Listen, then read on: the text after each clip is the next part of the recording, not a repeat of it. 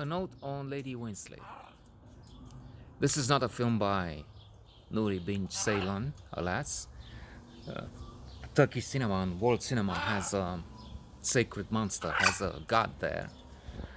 The one who gave us the wild pear tree recently, Three Monkeys, Wuzak, Once Upon a Time in Anatolia, Winter Sleep, and a few other remarkable movies. Indeed, so spectacular, so memorable, so brilliant that they received nominations for the Palme d'Or, most important cinematic competition, much more relevant than the Oscars generally, in that they select real values, not just super productions or whatever.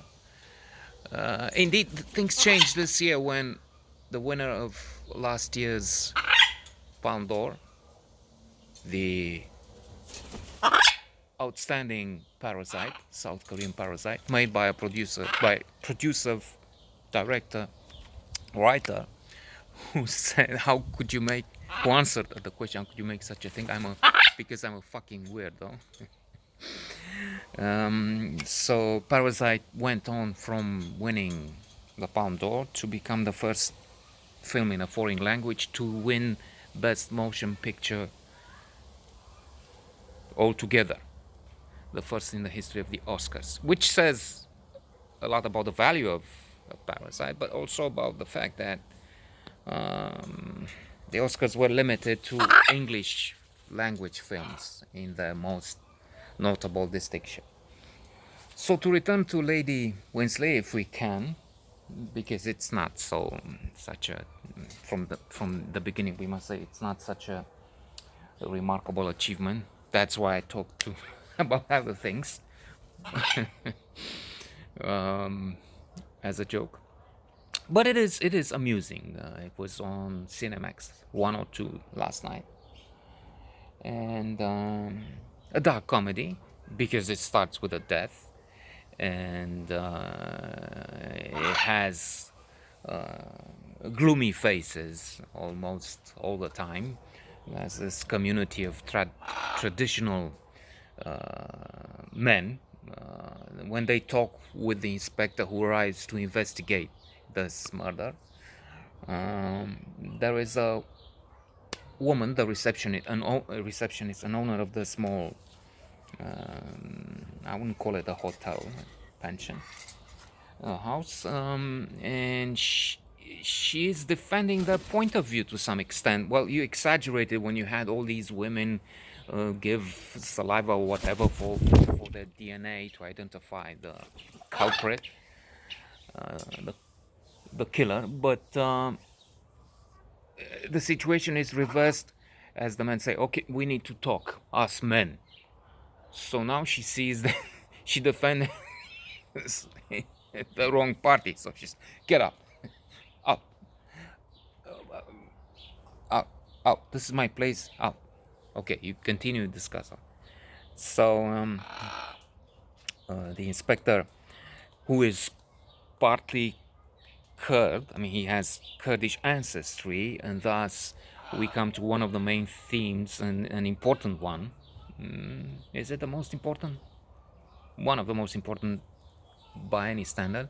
The fact that he's partly Kurd, he has Kurdish ancestry, and the animosity, actually the hatred that at least one of the characters, important in the scheme of things inside, for the crime, for the murder, this one and another one. It's important because this hatred is deep rooted. Termina.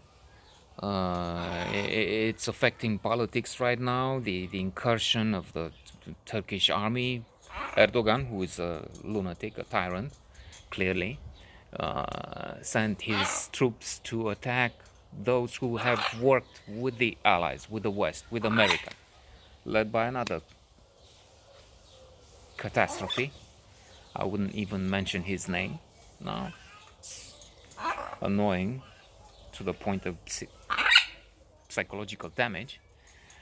And so this lady, a writer, had tried to investigate an older murder, again with a Kurdish victim, with a Kurdish person targeted. And since she found out too much, it looks like she was silenced forever. Interesting, colorful, humorous, though outre sense of humor, but not Ceylon though. Well, interesting. Maybe we should say, like in History of the World by Mel Brooks, when the emperor receives a bathtub of jewelry, emeralds, and whatnot. Thrilling. Nice. I'm sorry, no, it's not. It's not thrilling. It says nice, not thrilling. Nice. He needs a truck full of truckload of riches to be more than amused.